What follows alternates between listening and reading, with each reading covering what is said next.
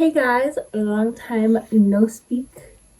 It's been a hot minute since I spoke to you guys, and I'm pretty sure you guys are sitting at the edge of your seat, wondering, asking, itching to find out what I've been doing since I quit my job. Ooh, child.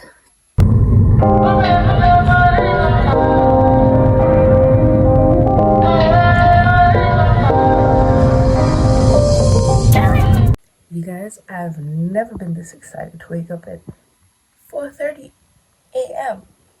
for a run. Now, those who know me know I don't run, but I'm excited. I'm about to go for a light jog with a friend. It is 4:52, I think, and let's get it, guys. Let's seize the dawn, okay? Thanks.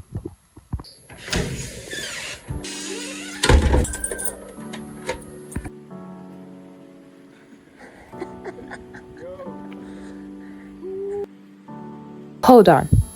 No one told me that the morning air feels so crisp and refreshing when you're not rushing off to the man. I thought I was not a morning person until I started taking these morning jogs. Well, in the spirit of new beginnings, I bought a plant. My cute little succulent. I still don't have a name for her. Any suggestions, guys?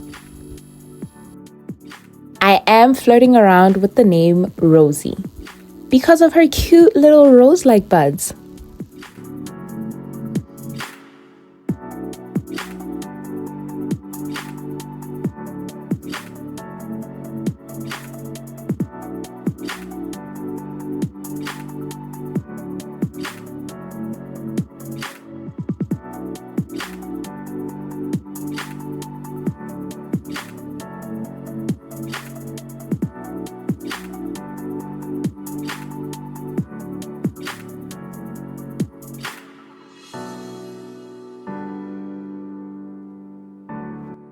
When I'm not tending to my sweet girl Rosie, yes, that's actually her name now, I am taking care of my baby girl Izzy. She was riddled with ticks and I fought the good fight. I won. She hates baths. But that's never stopped me. Even when she started throwing her weight around as she got bigger, I am undeterred. I will wrestle with a dog. Okay?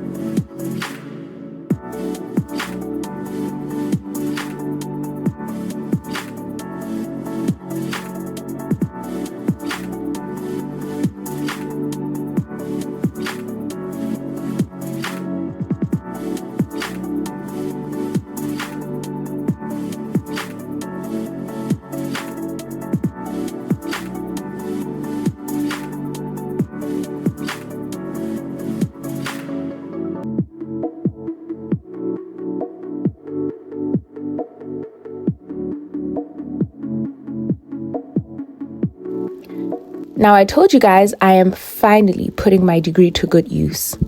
First, let me remind you that I have been running a fabric painting business for the past 7 years. At a tiny scale though.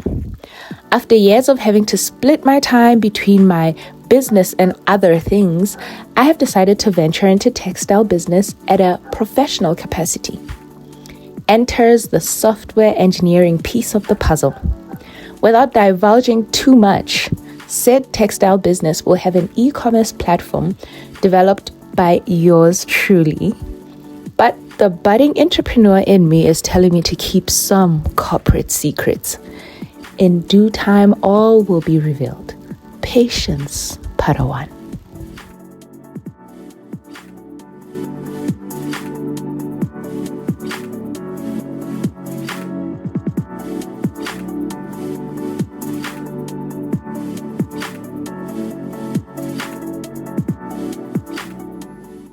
Hey guys, the last time I spoke to you guys in episode 1 of Reset Button, I let you guys know that I lost my granddad, my maternal grandfather, and grief is not a it's not a simple process. It's not a short process. Like, it can take years for one to mourn their loved ones. I've experienced it 4 times now, the fourth time being my granddad, and it doesn't get easier. I am aware that this year has been a hectic year for us, as we are drawing closer to the end of this year. I just wanted to pass this message of encouragement. Like I said, I do know, like, I'm, aware. Okay, this year has been a very hectic year for most of us. Most of us have buried a loved one. Kore, if lemo se fela, also consider yourself blessed, because, like, people have buried their parents, people have buried their siblings, people have buried their friends. Shortly before my grandfather passed, my neighbor passed. And it, like, his passing went viral because and sometimes, all the time, you don't need to be someone's friend or relative to be hit by their passing. As long as households it rattles you. And when the person who's passed is your neighbor, like, he lived 3 doors away from my house, and now having to adjust to his absence.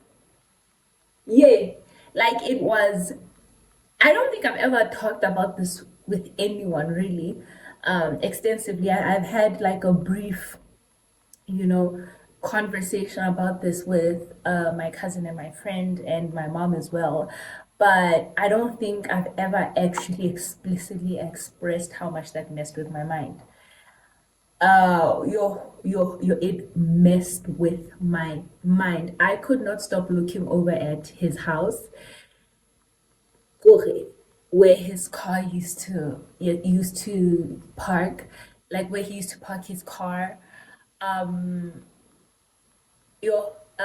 Every day after work, we would arrive at our you know respective houses at almost the same time. Ne ke tla fihla a butse gate, a lokisetsa ho e kwala, and I would just walk in and close the gate. Those little interactions. Whenever I would hang my laundry, he would be leaving his house. So those little greetings in the morning, and slightly before sometimes like, having to adjust to the absence of someone because of death is ridiculous. It is ridiculous. So I was going through that whole period, and he was going viral. People were posting about him, and that just messed with my mind even more, because you're going through this process where you're coming to terms with the fact that motho ana dula pela hao ha sa leyo, and ha sa leyo not because he moved out, but because he's gone, he passed. Just a little nugget about myself, just a small nugget in California about myself. I don't know how to process grief. I do not know how to process loss. especially loss that comes about through death, my immediate reaction is to forget about it. Like, it's so bad that I don't even have control over it. My brain goes numb. Like, when a traumatic experience happens to me, my brain goes numb. And the more severe the trauma, the more my brain just shuts down. Like, I don't react, I don't want to react, I don't want to think about it. Like, it just shuts down. So I was in that stage where I'm fighting my brain. Okay, yo, this is real, this is what's happening. And my brain was like, I don't want to accept it. I don't want to accept it. When it comes to dealing with grief, mentally I'm incapacitated. Like, and I am in a space where I realize that I need to heal.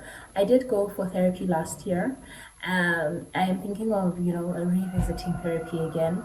But definitely, like, my walk with God this year has helped a lot. Just my journey with Him, just reading scripture, studying His word, just, finding comfort, true and real comfort in Him has helped a lot. So as I was saying briefly before my granddad passed, my neighbor passed. And, as I was going through those emotions, just like, not only was I, feeling overwhelmed, this person who lives literally a few doors away from my place is gone. I was also terrified. Like, there's just something eerie about there's just something eerie about Lifuman. Even the spaces that person used to occupy, they feel different now. So I was also dealing with that. I am trying to calm myself down and not freak out, because my brain keeps, even though I don't want to think about it, at random times my brain keeps thinking, so no one's in there at all? Like, how's an motor? And like, it would mess with my brain, because I don't believe in spirits. I truly believe that and if you do see a ghost, it's the devil. It's the devil, it's a demon, it's a demonic spirit, right? So I'm fighting with that fear that's just looming, just like that, I can say it be just that spirit that's just whispering in my ear, trying to tempt me to think about spirits. And I'm like, no. One thing I know for a fact is, if that spirit shows up, it's the devil.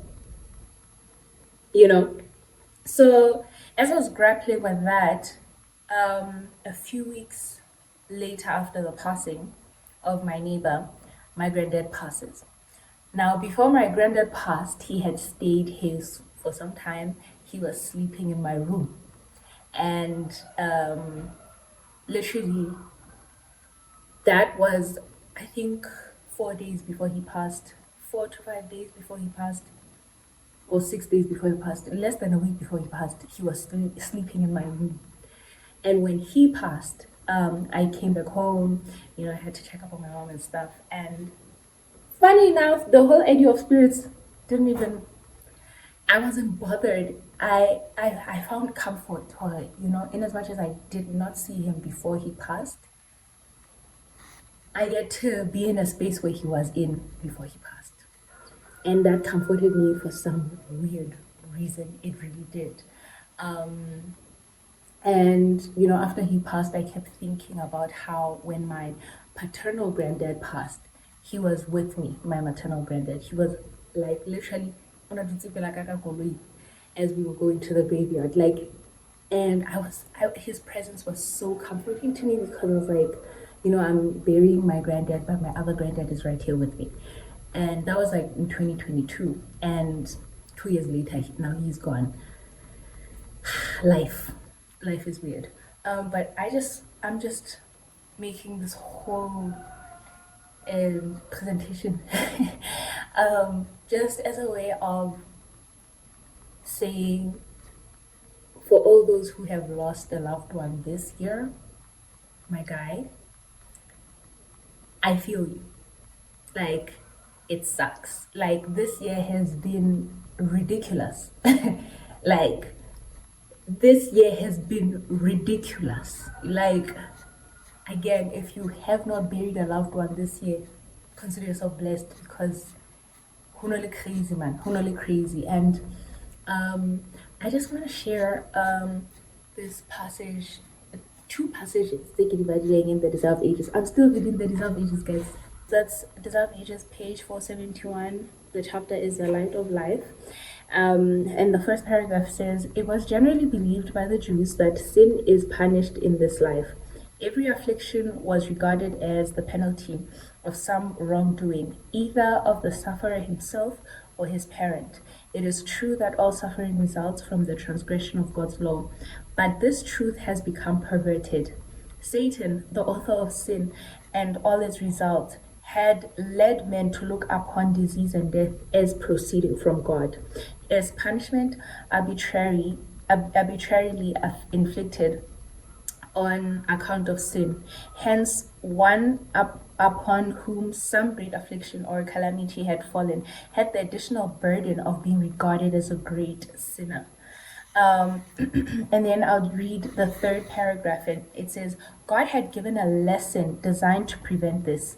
The history of Job had shown that suffering is inflicted by Satan, and it is overruled by God for purposes of mercy. But Israel did not understand the lesson.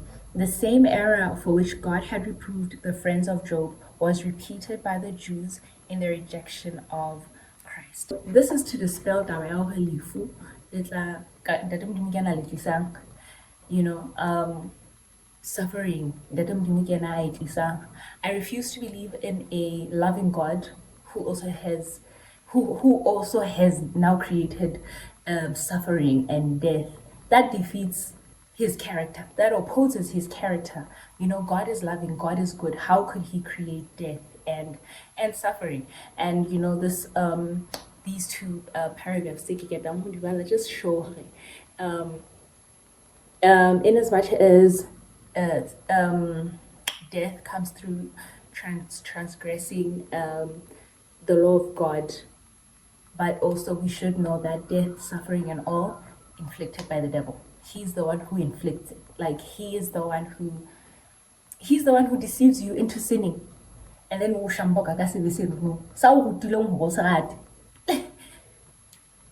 wild, and this is also from experience.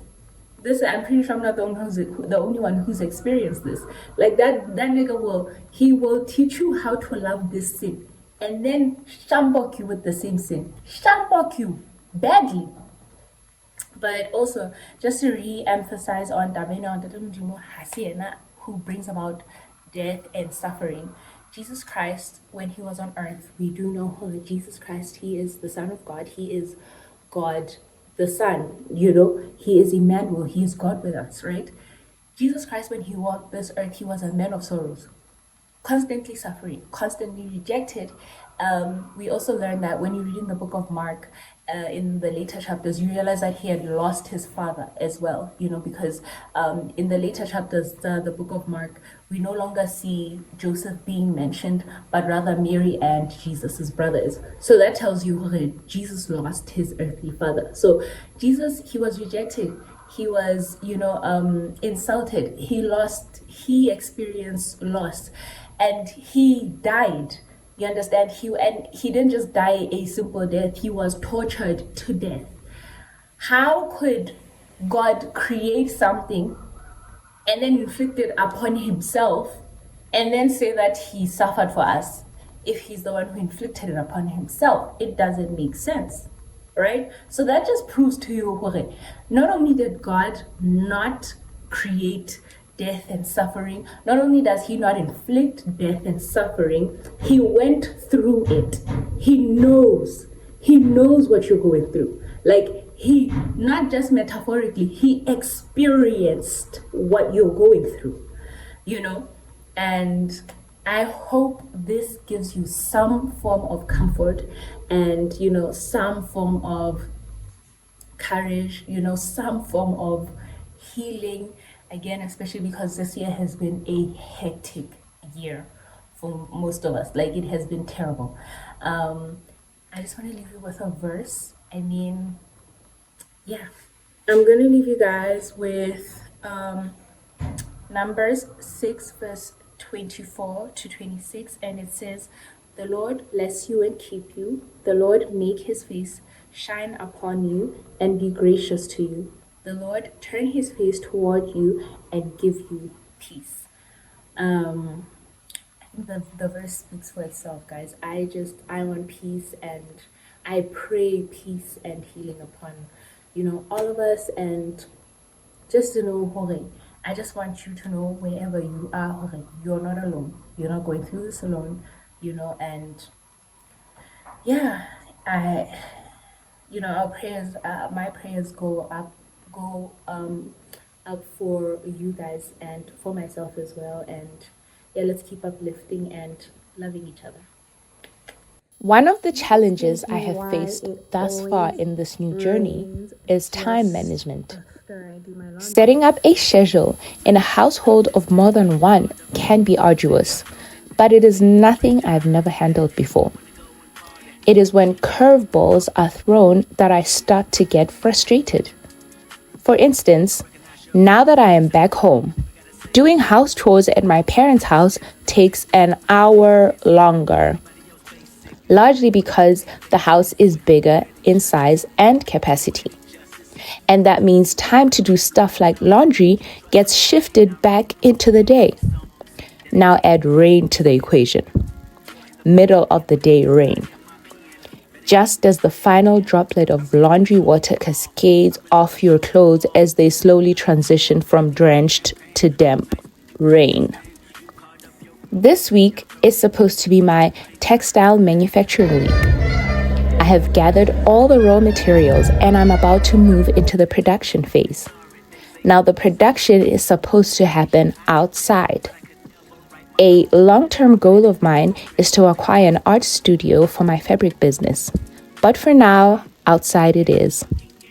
Still on the topic of curveballs, it's been raining for days now. However, this is too minute to get me down. Time is a lot like money that way, I guess. You can never get enough of it.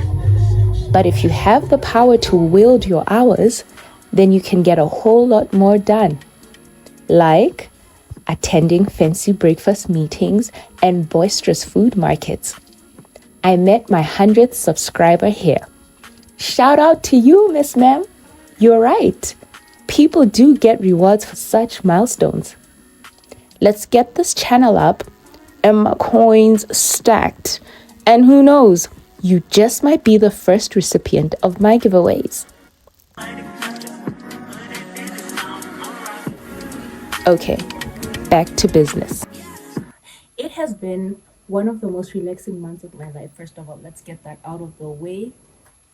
No complaints. Listen, my brain is thanking me in various ways right now. Like my mental health. I haven't felt this sane in years. Yes, the word we're using here is sane. I have not felt this lucid in years. So that's good news.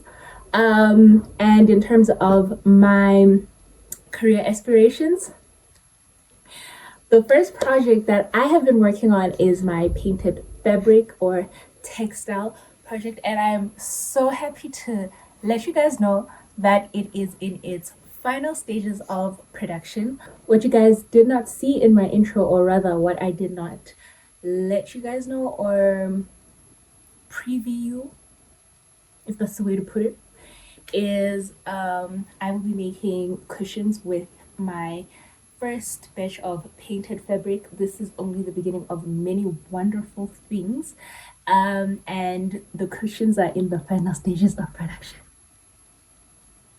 So I am super excited about that. I will be showing you what the cushions look like towards the end of this episode. So yeah, guys, excited.